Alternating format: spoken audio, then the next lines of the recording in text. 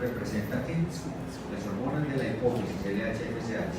Aquí faltaría pensar que esta hipófisis es estimulada por qué? Por el sistema nervioso, trayendo estimuladores o inhibidores hipotalámicos, ¿cierto?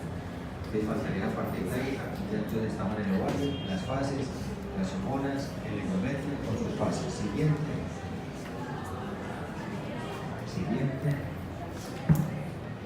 Entonces la K es que la K. ¿Usted qué llegó? Llegó quedando. La K es que. ¿Cómo? Miren, analicen. Sería una cosita en azul, que lo rodea unas cositas diferentes. Listo, entonces es secundario, listo. En cambio aquí están en la mitad del ciclo, entonces esto es lo que ya reventó, salió, los ovuló y quedó en el medio para formar el cuerpo amarillo. Y la cicatriz se llamaría cuerpo álica. La O representa la curva de, bueno, la P. Esto representa a quién. Este bordecito representaría a quién, el bordecito. El epitelio superficial. Luego, que asienta sobre la lámina basal, que asienta sobre los rosaditos, que opuesta la mucosa que hay aquí en el interior del útero, el endometrio, ¿cierto? Y ese endometrio es una mucosa porque lo humedecen que tubitos que hay aquí se insinúan las glándulas aquí, ¿ya? Que aquí hay unas glándulas rectas, que aquí hay unas glándulas tortuosas, que si pasamos una línea por acá, vamos a dividir el endometrio en dos, que quede por debajo de la línea, endometrio basal, que quede por encima, disfuncional, ¿por qué? Porque cada mes esto se desprende con sangre y menstruación, porque cada mes estas hormonas están preparando esto por si hay embarazo, para que cuando ese óvulo es fecundado en mórula, blástula, blastocisto, llegue acá, tenga de qué agarrarse, ¿cierto? Y se implante. Entonces, ¿por qué? Porque esta parte va a funcionar y va a formar placenta. Después del nacimiento, eso se desprende. ¿Y qué quedó? La parte basal. Para que vuelva y vuelva, cada mes, cada ciclo ovárico, empieza otra vez todas sus etapas, ¿cierto? Siguiente. ¿Que por qué se da la menstruación? Vamos un momentico, porque cayeron los niveles de estrógenos y progesterona. Que los anticonceptivos se dan un día, 2 días, 21 días, 24 horas, y con las dosis estándar, constantes, evitamos este pico y mantiene una línea basal constante y no hay picos que estimulen la producción de LH, que haya ovulación y que haya mucho embarazo. Que cuando caen los niveles, porque se suspendió la pastilla de 21, caída de 21, o la caja de 28, la caja de 28, las últimas traen entre comillas vitaminas, llaman las personas. Entonces, eso hace que los niveles caigan. Siguiente. Que esto está muy bien hecho, la naturaleza esto lo cuadró, lo organizó, ¿cierto? De tal manera que cuando el blastocito llegara por acá encontrará esto apto para pegarse, ¿cierto? Y que lo diseñó para que esto durara 12, 14 días, ¿cierto? Que si hay un cuerpo lúteo persistente, un cuerpo lúteo que produzca mucho, esto se altera, ¿cierto? Se altera y quién sabe cuánto va a durar para eso desprenderse. Y en ese momento, cuando está descuadrado, ese cuerpo lúteo, el embrioncito no se va a pegar, no se va a implantar. ¿Listo? Y lo mismo, si fuera un cuerpo amarillo que durara 6 días y que a la persona le viniera la menstruación cada 20 días, esto no sería suficiente para desarrollar todo ese endometrio para que el embrión se implante. Siguiente. De la ovulación se revienta ese folículo terciario porque hay ácido hialurónico, hay proteoglucanos, esto trae agua. Allá en el interior de ese folículo terciario se desprende el ovocito rodeado de la zona pelúcea, de la zona radial, de algunas células foliculares, y cuando revienta va a ir ese ovocito a la cavidad peritoneal, ¿cierto? Entonces el folículo se va comprimiendo a la superficie corporal, eso lo llamábamos cortical estigma, y revienta hacia la cavidad peritoneal, sale el ovocito secundario, que ovuló a los 14 días antes de la próxima menstruación. Siguiente. Bueno, entonces ya sabemos que el cuerpo amarillo lo forman 80% células de la granulosa, 20% células de la teca interna, que las células de la granulosa son más grandes, 50 micras, las otras menos micras, 30 micras, que estas son pables que tienen heterogeneidades, que estas células de la granulosa van a producir estrógenos y progesterona e inhibina, van a producir inhibina, para regular la inhibina, la liberación de FSH. Siguiente. Entonces las otras células de la teca interna, 20%, son de 15 micras más oscuras, y lo que más van a producir es progesterona. ¿Sí? ¿Y por qué? Porque la LH estimuló a estas células a producir progesterona y también en una cantidad de andrógenos. Entonces, tiempo de vida de un cuerpo amarillo, 12 días. Pero acuérdense que, ya vamos un momentico a la gráfica ahí, vemos que aquí se implantó el embrión. El embrión empieza a producir un montón de vellosidades, primarias, secundarias, terciarias, y se agarra aquí, y esas vellosidades son bañadas por la sangre. Acuérdense que aquí al endometrio basal llegan unos vasos rectos, ¿sí?, que nutren a ese endometrio basal. Pero hay otras arterias en espiral que nutren hasta acá, ¿cierto? Entonces, este embrioncito cuando se metió rompió esos vasos sanguíneos, se rodea de sangre y se nutre de esa sangre, ¿cierto? Listo. Cuando este embrioncito se formó, aquí hay placenta. Acuerden que esta partecita del endometrio, aquí piensen que aquí hay un embrión. Esta parte de las vellosidades, como van directamente a la irrigación, son las que más se desarrollan y van a formar parte de placenta. Y el pedacito aquí endometrio que queda acá se va a llamar deciduo basal y también va a formar placenta. Deciduo basal, mi mano de abajo, vellosidades de las manos arriba, y todo esto es la placenta. ¿Listo? ¿Ya? Lo que envuelve al embrioncito se va a llamar decidua cápsula, porque va a una especie de cápsula. Y el resto del endometrio, por ejemplo, el endometrio seco, implantó acá, se pegó acá. El resto del endometrio, porque el endometrio es toda la capa interna del útero, se va a llamar decidua parietal, porque está en el resto de la pared del útero. Entonces hay 3 deciduas. ¿Cuál de ellas va a formar placenta? La decidua basal, este pedacito acá. ¿Listo? Entonces, en la placenta va a ser vellosidades coriónicas con decidua basal. ¿Listo? Siguiente. Entonces, lo que les iba a decir es que cuando ya hay placenta, cuando estas células del trofoblasto producen gonadotrofina ya del corium de la placenta, ya no la gonadotrofina hipoficiaria. Y esa gonadotrofina desde el 7º día está favoreciendo el mantener el cuerpo amarillo durante 3 meses, funcionando 3 meses.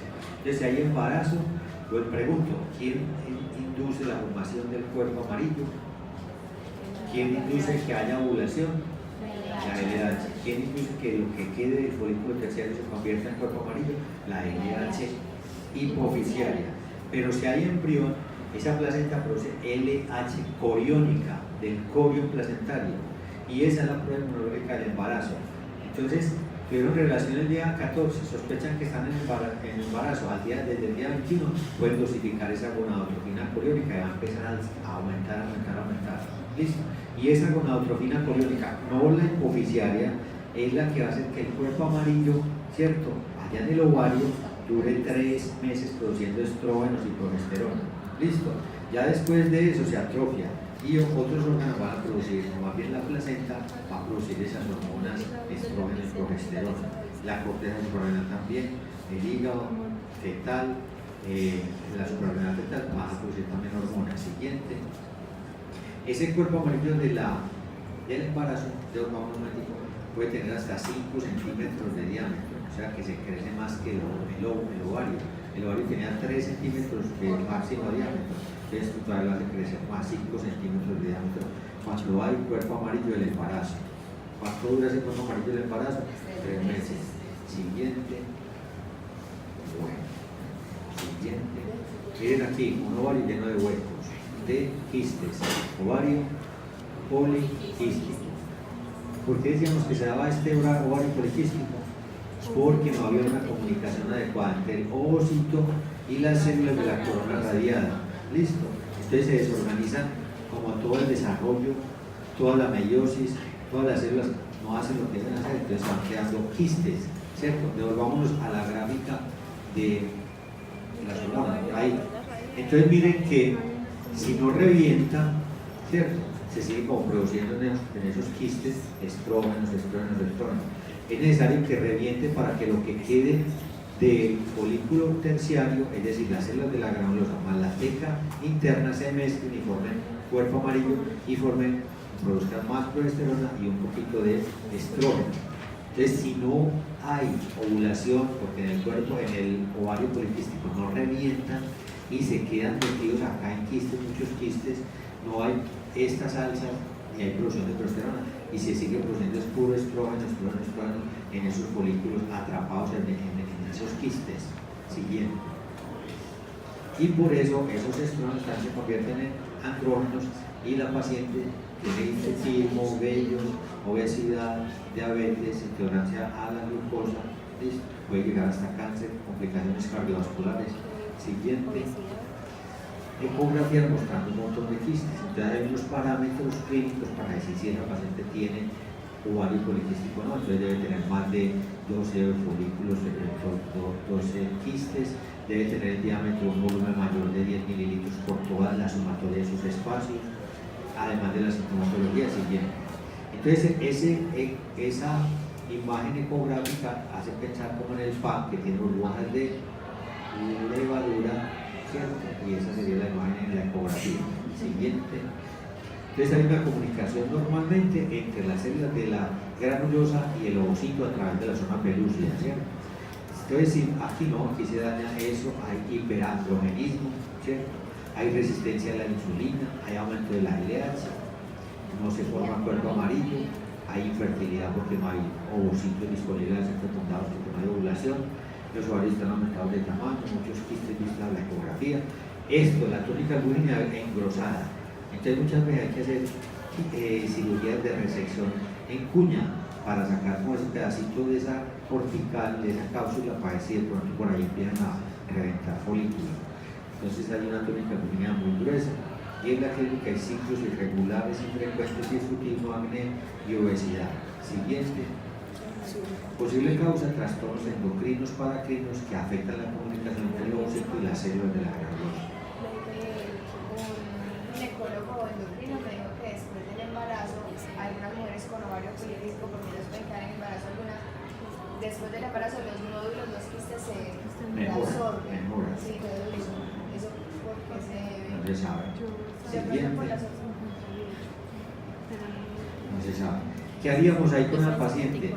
Con tanta hormona que está produciendo a cantidad de folículos, que no dan anticonceptivos orales para mantener las dosis de hormonas controladas, no dejar que sean los quistes los que estén produciendo. Entonces se dan anticonceptivos orales, se dan espironolactona, metformina, que es una droga para la diabetes, como ellas tienen intolerancia a la glucosa también, y si hubiera necesidad de embarazarlas, si ellas quieren embarazarlas, había que estimular desde el hipotálamo, ¿cierto? O desde la hipófisis, los ovarios. ¿Quién estimula los ovarios para que haya producción de folículos? La FSH. ¿Quién estimula la LH? La ovulación del ovario y la LH. Ya estas partes sabes que mirar cómo se organiza eso. Si la paciente no tolera los anticonceptivos orales, Se buscan otra alternativa, ¿cierto? Entonces, de pronto inyecciones de progesterona, ¿cierto? Otros métodos alternativos, ¿cierto? Bueno, entonces se puede hacer incisiones ováricas, que les decía yo, en cuña, para tratar de traspasar, de abrir esa barrera de la túnica albuminea engrosada. Y hay sustancias, por ejemplo, el clomifeno bloquea a los receptores del hipotálamo a los estrógenos. Entonces, el hipotálamo piensa que no hay estrógenos porque está bloqueada la recepción. Entonces le manda la señal a factores estimuladores hipotalámicos a las células basófilas para que ellas produzcan mucha FSH. A veces esa paciente arranca a ovular en forma. ¿Listo? Siguiente. Pero también se podía utilizar FSH de mujeres menopáusicas. Siguiente. Bueno. Entonces hay gonadotrofinas menopáusicas, ¿cierto? La FSH que estaba diciendo la LH. La mujer menopáusica, ¿qué pasa? Que no tiene folículos, se agotaron. El cerebro se da cuenta, entonces produce estimuladores hipotalámicos que van a la hipófisis y ahí se produce mucha FSH en la LH, a ver si responde ese ovario que ya agotó los folículos. Entonces esas serían las gonadotrofinas menopáusicas humanas. ¿Listo? Entonces se podría inyectar a esta paciente si ella quisiera ovular, a ver si se le puede hacer que produzca pues óvulos y reviente, ¿cierto? Induciendo la ovulación. Medicamentos para la fertilidad son necesarios para provocar el embarazo, pero también reflexión en cuña que puede ser reducir de peso también. Siguiente, esas pacientes tienen una determinada obesidad. Siguiente, los quistes acá. Siguiente, el hirsutismo y el acné. Y antes hay unos criterios diagnósticos, que esas pacientes en el último año les haya venido 6 a 9 veces la menstruación, que sean hiperandrogénicas, que tengan entonces hirsutismo, que tengan síndrome metabólico, resistencia a la insulina, en fin, que tengan acné, hirsutismo. Y hay una escala determinada que da unos parámetros, más de 8 puntos. Ahí entonces se daría el diagnóstico de ovario poliquístico. Y entonces a la ecografía debe mostrar más de 12 folículos y el volumen ovárico mayor de 10 centímetros cúbicos. Siguiente. Y las complicaciones del síndrome de ovario poliquístico son síndrome metabólico por resistencia a la insulina, diabetes tipo 2, obesidad, hipertensión arterial, dislipidemias, aumento del riesgo cardiovascular, enfermedades cardíacas, hipertensión y hasta cáncer. Siguiente. Esta es la imagen que aparece en el CD del cuerpo amarillo. Recuerden, es la mezcla de cuando este folículo ovular revienta, es la mezcla de células de la granulosa en 80% y células de la teca interna en un 20%. Ellas se mezclan y como van a formar cuerpo amarillo, se dice que sufren un proceso de luteinización. ¿Cierto? Las dos se mezclan y adquieren características de células esteroidogénicas. Recuerden, ellas van a producir el segundo pico de estrógenos y el primer y único pico de progesterona. Y esas son esteroides, entonces estas células son esteroidogénicas. Si miráramos a la microscopía electrónica, veríamos que tiene unas mitocondrias en cresta, que tiene unas enzimas, que tiene unas vesículas X y que manejan los lípidos en su retículo endoplásmico liso. Sigue evolucionando el cuerpo amarillo, van 12 o 14 días, se cicatriza y forma el cuerpo alveolar. Este es el aspecto de el cuerpo alveolar, lo que hay que grabar de este aspecto. En cambio, estas son células como rosadas, como suculentas, y es el cuerpo amarillo. En cambio, ¿qué estamos señalando aquí?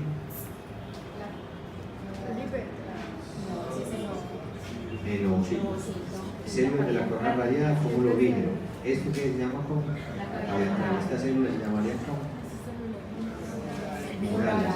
Las de afuera, teca interna, teca externa. Y más hacia afuera, el estroma ovárico, el tejido conectivo de la corteza. Siguiente. Un cuerpo amarillo. Siguiente. Cuerpo albical. Aquí las diferentes etapas del ovario, las diferentes etapas del endometrio. Siguiente. ¿En qué caso creen ustedes que se haría curetaje de ese endometrio? Bueno, ahorita lo decimos. Pero entonces esta es la cavidad uterina. Esta cavidad es la cavidad endometrial. Y entonces las capitaría mucosa, muscular y adventicia, ¿cierto? ¿Sí?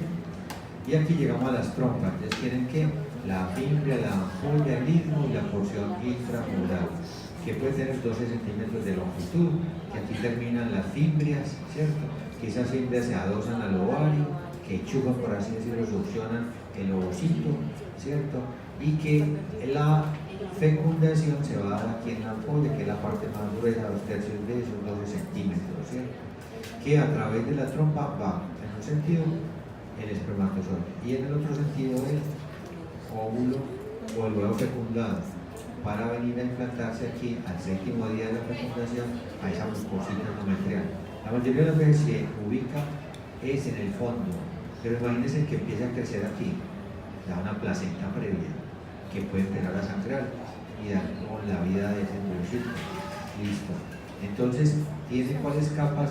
La trompa, las mismas que el útero, mucosa, muscular y adventicia. Siguiente.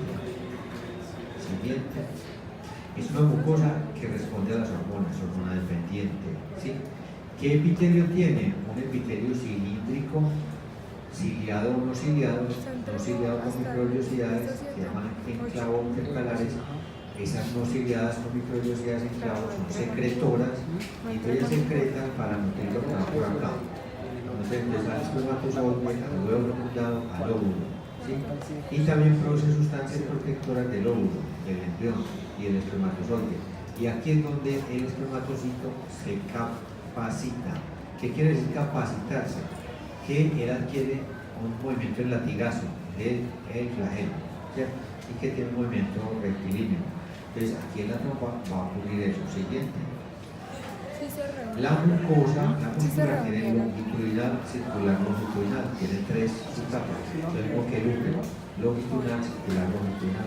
Adventicia, si tiene peritoneo, serosa, y es un órgano de la trompa muy vascularizado. Entonces digamos que aquí una gonorrea HP, y entonces esa gonorrea es esa bacteria entonces se mete por las mucosas, se siembra en la mucosa, se siembran estas glandulitas, es muy asintomático en la mujer, en el hombre sí da pus, uretritis, en la mujer puede permanecer aquí tiempos, y esa bacteria inflama, y toda la inflamación después de que se va resolviendo se va fibrosa, ¿cierto? Una persona se hiere, se inflama y después queda la cicatriz, la misma aquí. Esa gonorrea, esta verborragia, inflama y cicatriza. Y entonces puede cicatrizar aquí toda esta trompa y va a impedir el paso del huevo fecundado. Usted no va a dejar que venga a implantarse donde debe implantarse, sino que se va a implantar aquí. Y eso empieza a crecer y rompe toda esa cantidad de vasos sanguíneos.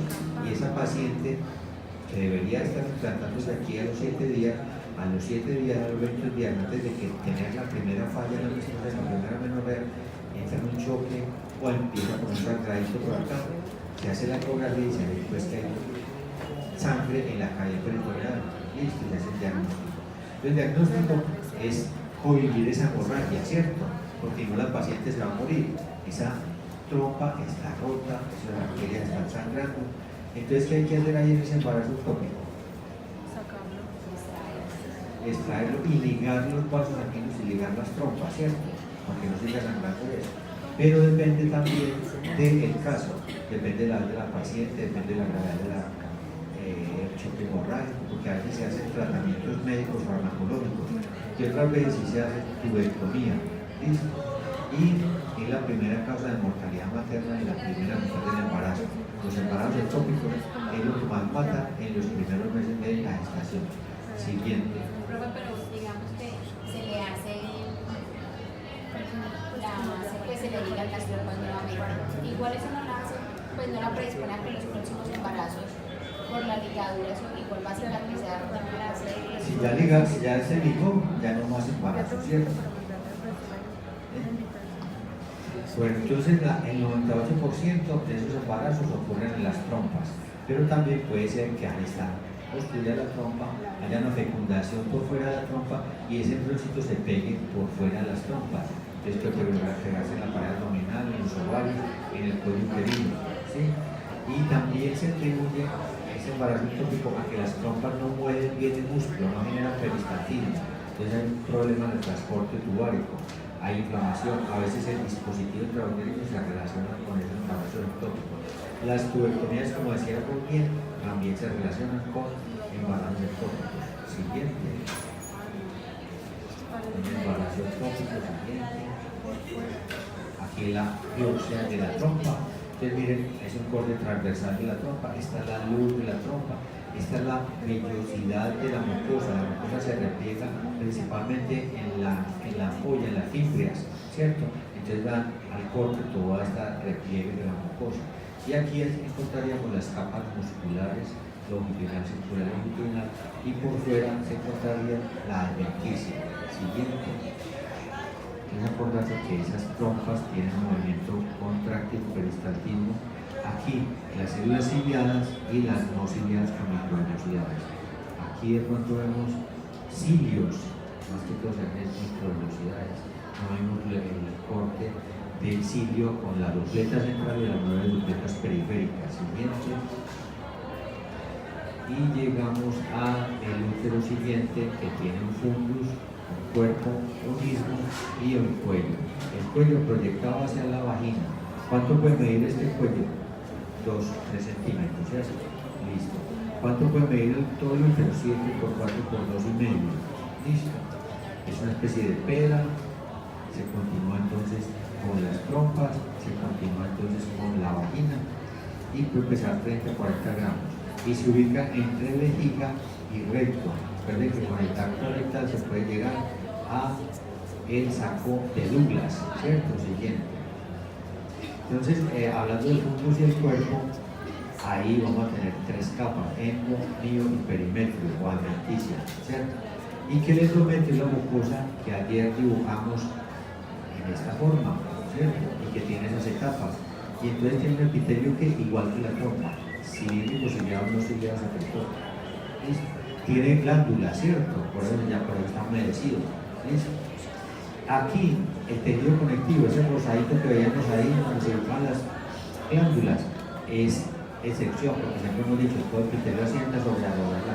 Aquí es muy denso, con células estrelladas, macrófagos, células de tejido conectivo, ¿cierto? Y recuerden que esa mucosa tiene una parte basal y una capa funcional.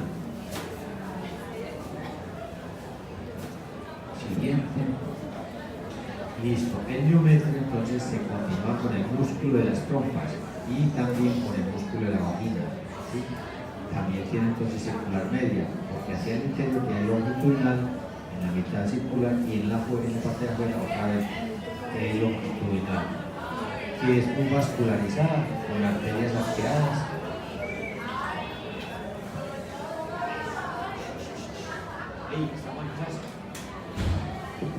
Entonces, ahí está ese músculo.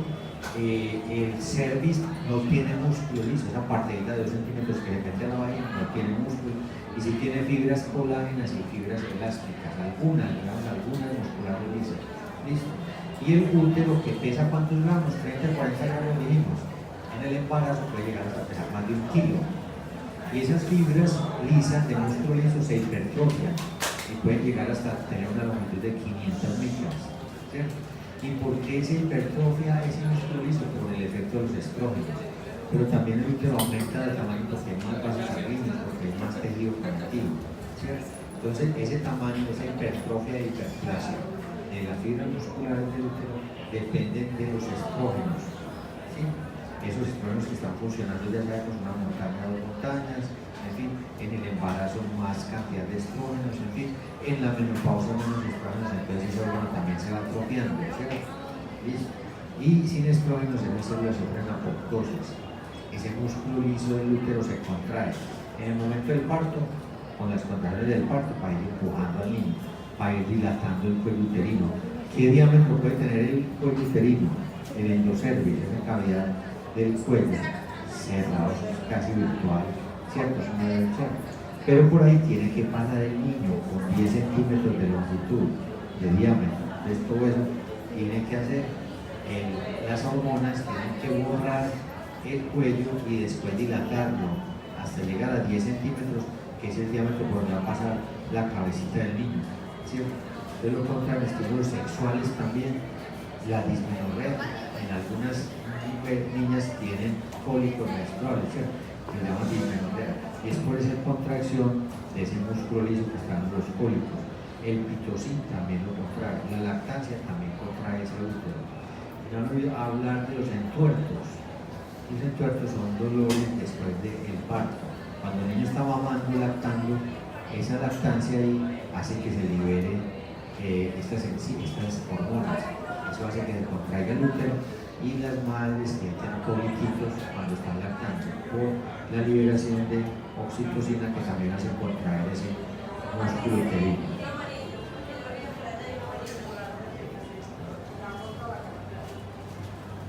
Siguiente, por favor. Bueno, entonces ya vemos pues que tiene músculo en 3 disposiciones, que crece, que se hipertrofia, que hay hiperplasia también, que aumenta el tejido conectivo, que pasa de 40 hasta más de 1 kilo. Siguiente. Y aquí tenemos el cuello uterino, para decir que la capa de afuera, en una de ellas está rodeada de peritoneo, y que se va a llamar serosa. Pero aquí, por ejemplo, cuando se pega la vejiga, ahí sí no va a haber peritoneo que la repura, que se va a llamar adventicia, ¿cierto? ¿Listo?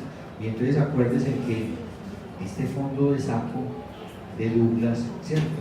Se puede tocar con el tacto rectal o inclusive el tacto vaginal. Siguiente. La mucosa endometrial, entonces pensamos que hay una parte basal, que hay una parte funcional. Listo, ya sabemos todo eso, lo sabemos ya. Que la parte funcional es irrigada por cuáles arterias. Y la basal llega hasta qué parte, a la capa basal recta, ¿cierto? Listo, siguiente. Y devolvete un momentico, aquí tenemos la biopsia de endometrio.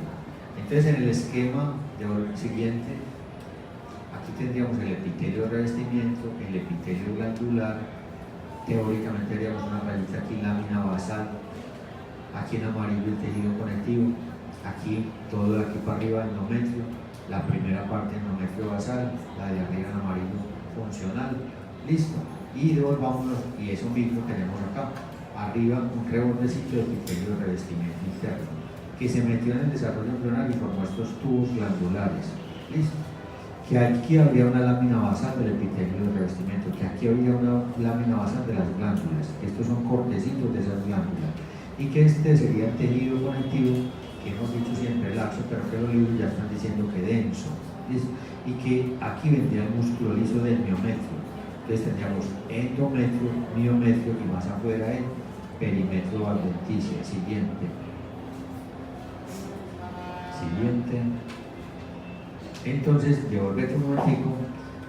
Siguiente adelante, por favor, la imagen ahí, listo. ¿Esto qué es entonces, Daniela Pérez? Sara. Lo acabamos de decir. El miometrio. No pongan en serio, esta es la parte interna, endometrio. Esta es el miometrio. Si viéramos más hacia afuera, el perimetrio. Estamos desde adentro hacia afuera. Y N veces, mucosa endometrial, epitelio, lámina basal, epitelio que se mete en tubitos, cortes de esos tubitos, cortes transversales de los tubitos, por fuera el tejido conectivo, y aquí ya sí músculo liso, que ya sabemos que es rosado, fibra muscular, listo, endometrio, listo. La primera parte del endometrio, sin que haya un límite preciso, esta, basal, la de aquí para arriba, funcional, listo. Ahora, lo mismo, pero aquí con flechas y con gráficos, epitelio que de revestimiento, que se metió a formar ¿qué? Glándulas tubulares aquí ramificadas, que asientan sobre el epitelio de lámina basal, sea el epitelio del revestimiento del epitelio glandular, lámina basal rodeando, y que ese lámina basal asienta sobre ¿quién? Tejido conectivo. Entonces estamos señalando aquí, tejido conectivo. Esto es un tubito, lo imaginamos cortado transversalmente, ahí vemos la luz de ese tubo, son glándulas, listo, ¿cierto? Aquí, la parte de abajo, irrigada por arteria recta, endometrio basal. La parte de arriba con arterias tiroideas, capa funcional. Aquí lo mismo, primera partecita, endometrio basal. Lo que lo rodea, hacia arriba, funcional. Estructura específicamente señalada, epitelio de revestimiento. Estructura señalada, glándulas. Tejido señalado,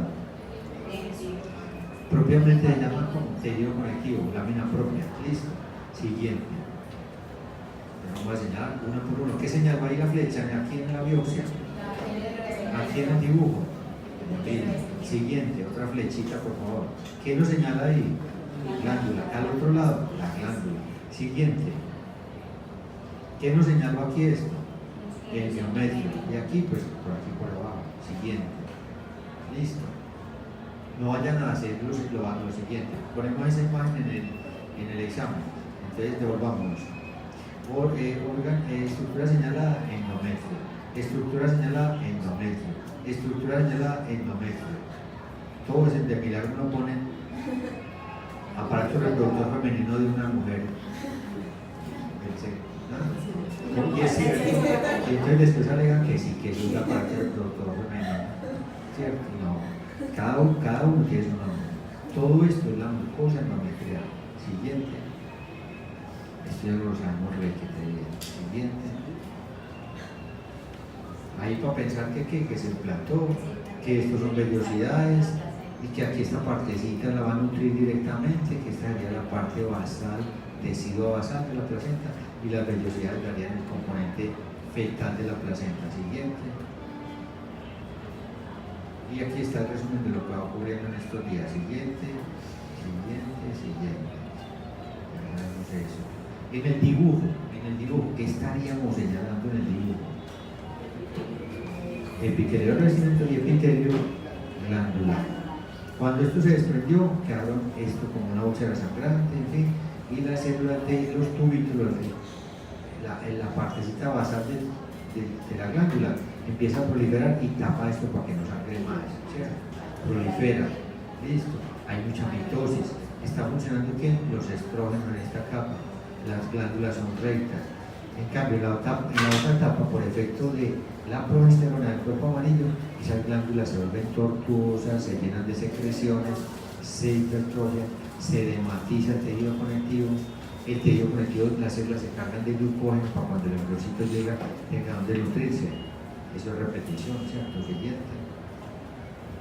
¿Qué etapa? Volvámonos a la biopsia, Sara, por favor. Pero ahí, acuérdense, se desprende, esto es un dibujo, esto salió con la menstruación.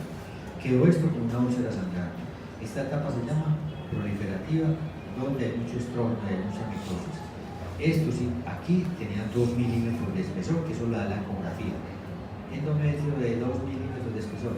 O si está en esta etapa, endometrio de 5 milímetros de espesor. ¿Listo? Entonces, eso no es que estemos inventando, eso se informa en las ecografías. Listo, entonces, este sería la mucosa endometrial, esta sería la lámina propia. Listo. Entonces, miren que estas ranulitas son ¿qué? El dibujo de las glándulas. Aquí se ven más anchas. ¿Por qué? Porque están secretando, porque ya están llenas de secreción. Listo, devolvámonos a la biopsia. Según lo que acabamos de decir, para atrás. Ahí. Devolvete si quieres para que borremos estas flechas y eso. Otra. Ahí. Ese es el endometrio, ¿cierto? ¿Está en cuál fase? Recuerden que ese endometrio pasa por fase menstrual, por fase proliferativa, por fase secretora y por fase preisquémica. Esa biopsia se toma en cuál fase. ¿Cierto? Porque si fuera menstrual veríamos eso lleno de sangre. Si fuera secretora, muchas más glándulas al corte y mucha más luz y llenas de secreción, ¿cierto? ¿Listo? Entonces, este es un endometrio en fase siguiente. Y veremos la otra biopsia y me dicen que en qué fase se encuentra esa biopsia siguiente. ¿Qué fase está Daniela Pérez? Mire que la luz está muy amplia, no era como 1, 2 y 3 trayecticos que veíamos en la otra, sino que se ve muy amplio, ya que es la fase que secretora. Y pregunto, ¿este rebordecito qué equivale? ¿Este rebordecito qué equivale? ¿Este tejido cómo se llama? O tejido conectivo. Si señaláramos de aquí para arriba, por ahí cualquier cosa, esta sería la capa y la de abajo. Pasa. Listo. Entonces hay una señora que le llega a Daniela en el rural porque está sangrando hace 3 meses. Entonces Daniela resuelve limpiar ese endometrio para que la señora no siga sangrando, no le van a hacer de las pastillas. Entonces ella va a hacer un curetaje. Listo. ¿Sí? Para que eso como que parta de cero y arranque como un ciclo a empezar a proliferar y a prepararse por si hay la próxima menstruación. Pregunto yo, Daniela, ¿hasta qué punto ya tiene que hacer el curetaje? Hay unas curetas, ya empieza a raspar. Hasta, ¿y qué pasaría si Daniela se duerme y sigue? Raspe.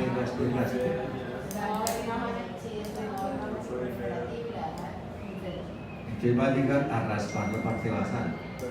¿Y entonces qué va a pasar sin parte basal? No va a poder volver a reproducir esos ciclos endometriales, ¿cierto? Entonces puede quedar con una infertilidad. ¿Listo? ¿Sí? ¿Y cómo sabe Daniela hasta qué punto tienen que curetear? Entonces ese útero empieza a sonar como carrasposito, entonces hay un sonido que lo llaman el llanto del útero, y la sangre sale rojiza y espumosa, ¿ya?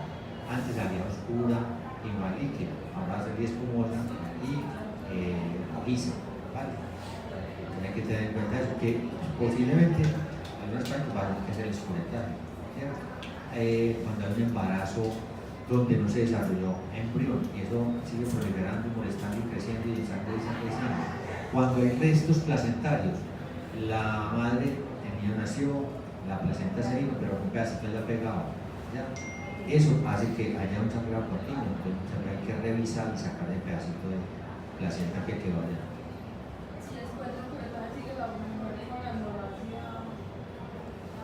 Si siguiera con la hemorragia, es que quedó mal hecho el curetaje, o habría que poner pitocin, ¿cierto? Para que se contrajera ese útero, ¿cierto?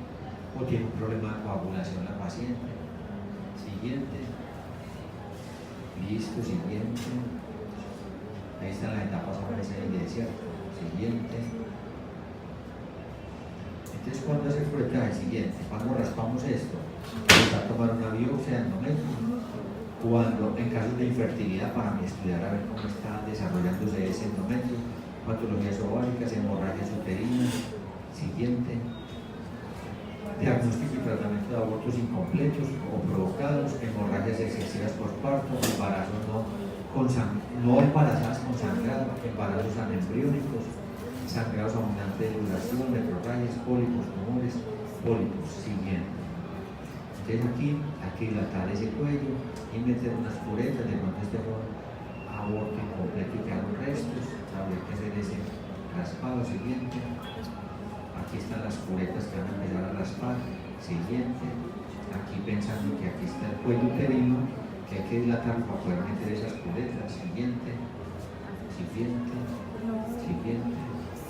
Siguiente. Otra cureta. Siguiente. Aquí la biopsia del endometrio es raspadito. Siguiente. ¿Y qué es la endometriosis? La endometriosis es que hay mucosa endometrial por fuera del útero. Entonces, ¿por qué apareció en la cavidad peritoneal mucosa endometrial? Hay tres teorías. Que las trompas dejaron escapar menstruación hacia la cavidad peritoneal. En vez de la menstruación salir por el cuello uterino a la vagina, entonces dicen que un pedacito de esa mucosa se salió por las trompas y se pegó a la cavidad peritoneal, ¿cierto? Pero también dicen que todas esas vísceras del peritoneo pues tienen un peritoneo, un epitelio plano simple, y que puede sufrir una metaplasia que le da por aparecerse allá la mucosa, que ya nos han dicho más de una vez, epitelio, lámina basal, tejido conectivo y glándula. Entonces se siembra ya pedacitos de esa mucosa allá en la cavidad uterina, pegado al útero, pegado a las asas intestinales, pegado a la vejiga. Y entonces, ¿qué podemos deducir ahí con esa mucosita pegada por allá dentro de la cavidad abdominal? Que cada mes va a reproducirse lo mismo que acabamos de ver, que va a sangrar, que va a crecer, que va a proliferar, que va a secretar y que cada mes, y eso sangrando les va a dar que a las niñas cólicos, ¿cierto? Les va a dar infertilidad, les va a dar dolor a la relación sexual dispareunia, disuria, dolor al defecar, disquesia, infertilidad, ¿listo? Entonces, toda esta sintomatología es de una endometriosis, pero es lo más común. Siguiente.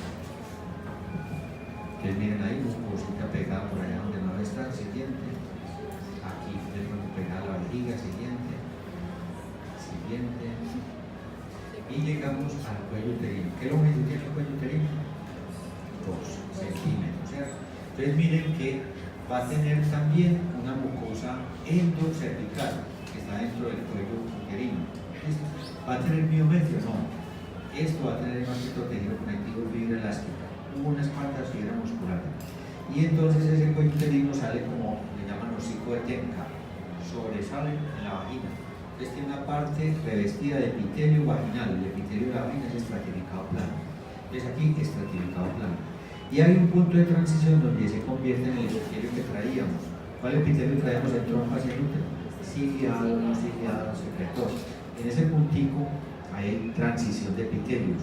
¿Se acuerdan en la transición del epitelio del esófago al estómago? que si hay reflujo del estómago de barrer, que ahí hay metaplasia.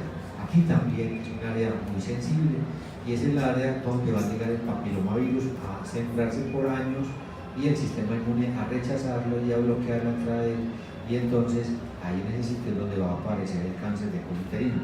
Y entonces por eso hay que hacer citologías mayores de 24 años, la primera tomando células de descamación de la vagina, tomando células de descamación del exocervix y tomando células con un copito de descamación del endocervix. ¿Listo? Entonces este endocervix es como un tunelcito, un túnel que abre hacia dónde, hacia la vagina, y que abre hacia dónde, hacia la cavidad endometrial, hacia el endometrio. ¿Listo? Y entonces, ¿qué capas tiene? Mucosa, que se va a llamar endocervix, va a tener una capa de tejido conectivo ya, y se continuarán y fibras polares y elásticas. ¿Listo? Y miren acá, es el epitelio de la vagina y es el epitelio del exocervix. Ven ahí, epitelio estratificado plano. Y por aquí va a empezar un epitelio cilíndrico, ciliado o no ciliado, área de transición. Esa área de transición, hagan de cuenta que estamos viendo la boca se ve epitelio aquí de bermellón, pero por aquí por dentro se ve mucosa. Entonces hay una unión aquí entre el bermellón y la parte mucosa. Aquí va a haber una unión entre el epitelio estratificado plano y el de la mucosa endocervical. Esa unión sale en la etapa reproductiva. Antes de la etapa reproductiva se esconde, se mete hacia adentro. En la menopausia se esconde, se mete hacia adentro. ¿Listo? Pero en la vida reproductiva se ve, ¿cierto? ¿Se acuerdan de la unión cardioesofágica? Que veíamos una línea de transición. Es como aquí, como lo mismo. Esto sale en la vida reproductiva o se pierde antes o después. Miren acá, un montón de entrantes. Son las glándulas del endocervix. Esas glándulas del endocervix secretan un moquito y en la ovulación ese moquito es seroso, como líquido, por si hay relación sexual entre más fácil el espermatozoide en el momento de la ovulación. Entonces esos estrógenos producen un moco seroso.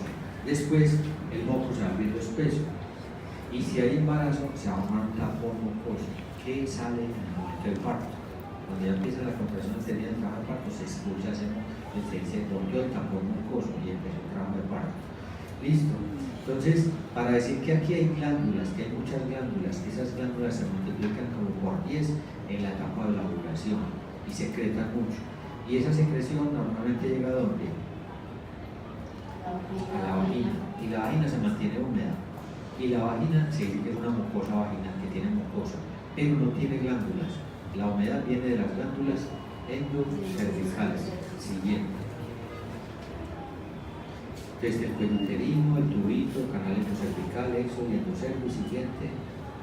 2,5 centímetros de longitud, ¿cierto? 2,5 centímetros de diámetro, o sea, ya es un diámetro virtual. Eso más bien se mantiene cerradito. Siguiente.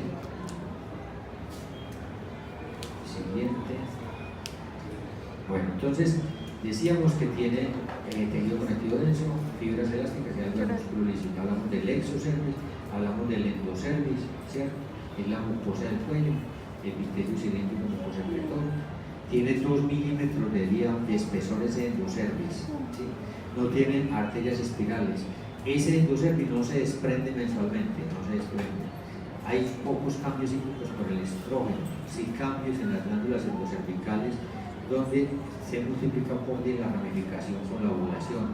Decíamos que producía un moco seroso para facilitar la entrada y que humedecía al caer a la vagina, humedecía la vagina. Siguiente.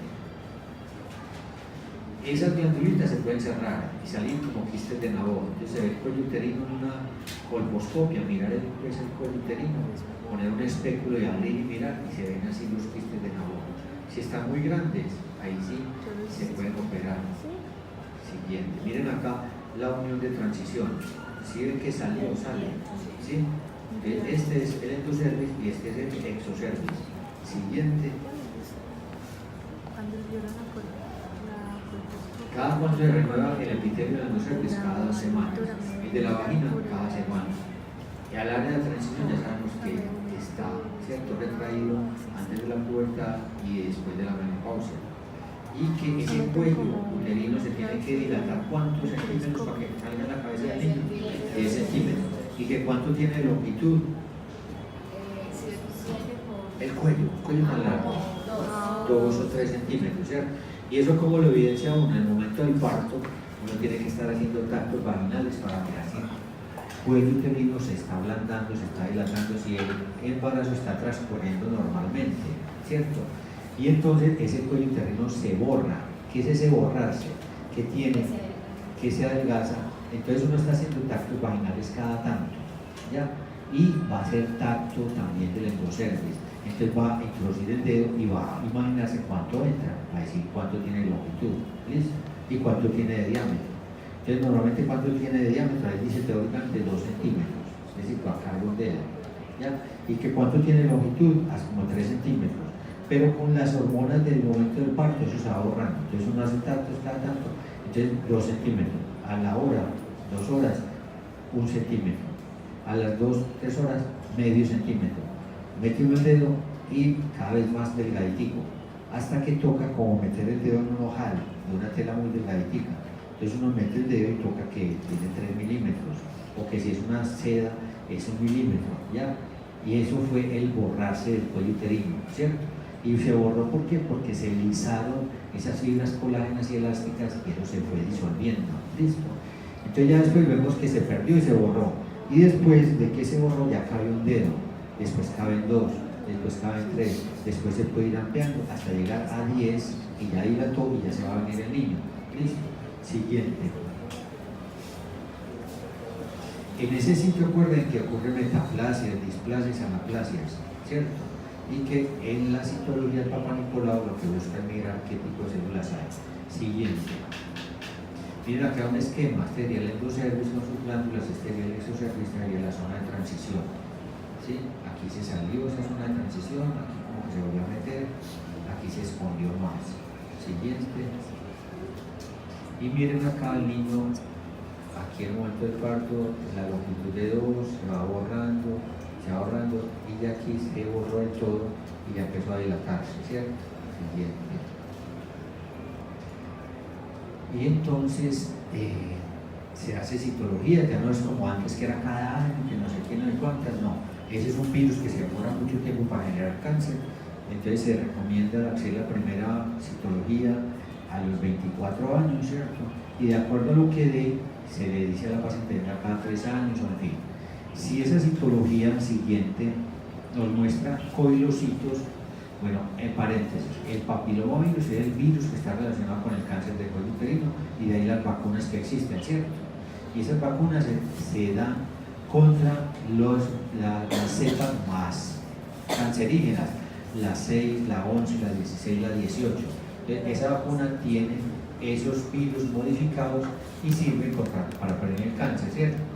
Ese papilomavirus, ustedes han visto lesiones que parecen crestas de gallo, ¿cierto? Como verrugosas. Esas crestas de gallo las dan generalmente los genitales externos. Siguiente, papilomatosis, siguiente, no creo que tenga otra imagen de eso, listo, entonces no. Entonces se hace el ácido, entonces la paciente allá en esa área de transición está el virus y no da verrugas. Ese virus se multiplica en las células, en los núcleos y no da verrugas, ¿ya? Pero sí da transformación en las células donde él está. Entonces en la citología siguiente le dicen a uno que hay coilocitos. Siguiente. Entonces, estos son coilocitos. Siguiente. Estos son coilocitos, son células de descamación. ¿De dónde se tomó la citología? Del cervix, del endocervix, de la vagina, del fondo de saco. Entonces, si se encuentran estas células coilocitos, quiere decir que ahí hay virus. Estas células no deberían verse con bordes más rectos, esta se ve redondeada, hay un alito aquí perinuclear, ¿ya? Y entonces eso se llaman coilocitos. Entonces, ¿qué quiere decir eso, Daniel? Que la parte está infectada, ¿cierto? Lo mejor sería saber qué tipo de papilomavirus, si es la cepa 6, 11, 16, 18, para ponerle más cuidado y sacar eso, ¿cierto? Limpiar eso. Pero lo que se puede hacer es que mirar el cuello uterino, porque allá en ese sitio hay virus, en ese epitelio hay virus. Entonces se hace una colposcopia, entonces se mira ya directamente el cuello. Y recuerden que ese papiloma no da verrugas. sino que se están metiendo en las células. Entonces hay que echar un colorante que nos evidencie que ese virus se está metiendo en esos núcleos. Entonces se echa ácido acético, y el ácido acético, como por así decirlo, coagula las áreas donde hay invasión de virus y muestra unas partes blanquecinas. Cuando nos marque las partes blanquecinas se toma la biopsia y ya se mira a ver qué tipo de cáncer hay o no. Listo. Entonces, pregunta, si una citología aparece con coilocitos, ¿usted qué es lo que tiene que hacer? Entonces, como dice Daniel, quiere decir que esa paciente tiene células invadidas por el papilomavirus. Entonces hay que mirar para tratar de dibujar un área donde haya esa transformación, esa invasión, para sacar un pedacito y hacer la biopsia. ¿Y cómo se hace una colposcopia? Siguiente. Este es entonces coilocito siguiente. Aquí cuellos uterinos, aquí cuando hay transformaciones en ese epitelio, cuando el epitelio va siendo transformado por células invadidas por el papilomavirus en el tercio inferior, en el tercio medio y en todo el espesor, se habla de NIC1, es cuando el epitelio, la base tercio inferior, está invadido por ese virus. NIC2, cuando los dos tercios están invadidos. NIC3, cuando todo el epitelio está invadido. ¿Listo? Y este NIC3 ya es cáncer, ya es precanceroso, ya es como un carcinoma in situ, que no ha atravesado todavía la lámina basal. Siguiente. Ustedes miren ahí, se pone un espectro, se mira allá al fondo, se mira hacia el cuello, ¿cierto? Hay un microscopio dando mayor aumento, se ve primero con solución salina, segundo, siguiente, después se hace con unos aumentos de X6X, 40, 20X, con unos filtros, después se aplica ácido acético al 3 o 5% y en las áreas blanquecinas, ¿cierto? Por proteínas nucleares coaguladas, ahí se va a tomar la biopsia. Siguiente, esta es el área de ese sitio donde hay lesión plana, no forma verrugas, ¿sí? Y ahí se toma la biopsia. Aquí entonces se dice que NIC1 es cuando el tercio inferior hay transformación en células raritas, NIC2 cuando los dos tercios inferiores, NIC3 cuando ya está todo el espesor. Siguiente.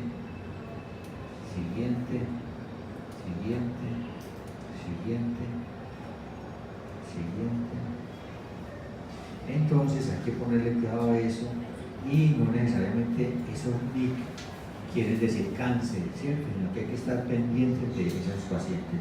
Pero el NIC3 ya está casi invadiendo la lámina basal, ya casi se va a regar. Entonces ahí es mejor sacar, operar, en fin, hacer algo. Siguiente.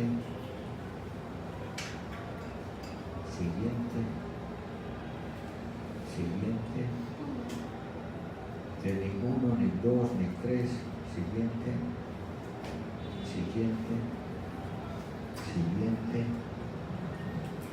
Bueno. Entonces los tipos de los serotipos de esas papilomavirus son estos, las vacunas son dirigidas contra ellos, ¿cierto? Siguiente. Aquí sí se están viendo como verrugas, que no es lo normal con la infección de ese virus. Siguiente. Aquí hay una lesión blanquecina, ¿cierto? Entonces quiere decir que hay que tomar la biopsia. Siguiente. Aquí es una lesión verrugosa, esto da más afuera, no allá en el cuello. Siguiente. Otro NIC con células anormales. Siguiente. NIC también con células entre 1 y 2. Siguiente. Y llegamos a los genitales externos, el monte de Venus, ¿cierto? Hay tejido adiposo ahí cubriendo el pubis, labios mayores, menores y el clítoris. El vestíbulo, entonces es el área comprendida entre los labios menores. En ese vestíbulo hay unas glándulas vestibulares menores de Skene y mayores de Bartolini, ¿cierto? Y que esas serían las equivalentes en el hombre a las periuretrales de Cooper, que son túbulos alveolares ramificadas de 1 centímetro de diámetro, y que esas de Bartolini están en la parte posterior y lateral, pues en un moco lubricante, desembocan en el orificio vaginal, se puede obstruir con bacterias, ¿cierto? Y empezar a crearse un quiste de Bartolini. Siguiente, estas áreas del vestíbulo tienen terminaciones de Meynert, Pacini y libres intraepiteliales. Siguiente. Por aquí es donde desembocan al interior de la vagina las de Bartolini. Por aquí estarían las periuretrales de Skene. Siguiente. Entonces toda esta área concerniente a los labios menores es el vestíbulo. Siguiente. Y aquí esa glándula de Bartolini está inflamada, obstruida. Eso duele muchísimo, las pacientes se quedan horribles y hay que drenarles para quitarles el dolor. Siguiente. Bueno, los labios mayores, entonces tienen estas longitudes, profundidades, espesores, ¿cierto? Y tienen glándulas apocrinas y sebáceas y hay un tejido conectivo y tiene un plexo venoso rico en vasos sanguíneos. Y los labios menores, pues, por dentro de los anteriores, estarían formando el frenillo del clítoris y el prepucio, y en la parte inferior de la horquilla tienen tejido con muchos vasos sanguíneos, fibras elásticas y músculo y tienen glándulas sebáceas. Siguiente. Bueno, vestíbulo, labios menores mayores. Siguiente, clítoris. Siguiente, glándulas vestibulares. Siguiente. Siguiente, el himen. Siguiente. En la vagina hay bacterias, ¿cierto? Como flora normal. Entonces hay aeróbicos gram positivos, hay aeróbicos gram negativos y hay anaeróbicos, ¿cierto? Y entonces se dice que el epitelio de la vagina es estratificado plano, al igual que el del exocervix, ¿cierto? ¿Sí? Y que ese epitelio con los estrógenos se carga de glucosa, ¿ya? ¿Y para qué esa glucosa? Para que los lactobacilos de Douglas-Lane produzcan ácido láctico y le den un pH ligeramente ácido a la vagina. ¿Listo? Entonces ahí hay un pH especial, un pH que permite que no crezcan bacterias, que no de vaginitis, ¿cierto? Vaginosis, ¿ya? Pero cuando se dan antibióticos se matan esas bacterias. Entonces la mujer va a estar más sometida a que le aparezcan flujos. En el embarazo se altera también esa flora y en el embarazo van a proliferar las cándidas que también se pueden encontrar como flora bacteriana aquí. Siguiente. Entonces hay aeróbicos y anaeróbicos. Siguiente. Pero también puede ser invadido por la Neisseria gonorrea, ¿cierto? Siguiente. Siguiente. Eso invade pues el endocervix, la uretra y las glándulas de Bartolini. La mayoría del 80% son asintomáticas, recuerden. Un paciente va a consulta con una uretritis purulenta, supurando, y le pregunta a una de las cosas y le pone no tiene nada, porque 80% de ellas son asintomáticas. Cuando los síntomas pueden aparecer bartolinitis, uretritis o cervicitis con flujo amarillo verde espeso. Siguiente. Entonces se mandan las pruebas. El tratamiento es corto, ceftriaxona, intramuscular, dosis única, o doxiciclina 100 miligramos oral cada 12 horas durante 7 días. El tratamiento de la hemorragia puede ser así de sencillo. Una inyección de ceftriaxona o 7 días con doxiciclina mañana y noche de 100. Siguiente. Aquí un quiste Bartolini. Siguiente. Y entonces la vagina sería el órgano de 8 a 11 centímetros, órgano popular, salida del flujo menstrual, salida del feto y la placenta, entrada del semen y el pene, en el código siguiente. El epitelio de la vagina tiene, al igual que todas las capas, todos los órganos que hemos visto, mucosa muscular y adventicia. Y la mucosa es epitelio, lámina basal y tejido conectivo, pero sí glándulas, porque la humedad viene de ¿dónde? De las glándulas endocervicales. Y ya dijimos pues que ese epitelio tiene glucosa por los estrógenos que forman ácido láctico. El tejido conectivo es fibroelástico laxo muy vascularizado y sin glándulas, ya sabemos lo que está amanecido, y la capa muscular es circular interna, longitudinal externa. Y estos músculos después se siguen con los músculos exteriores hacia la abertura externa, hacia el músculo esquelético voluntario. Y la adventicia es denso. Siguiente.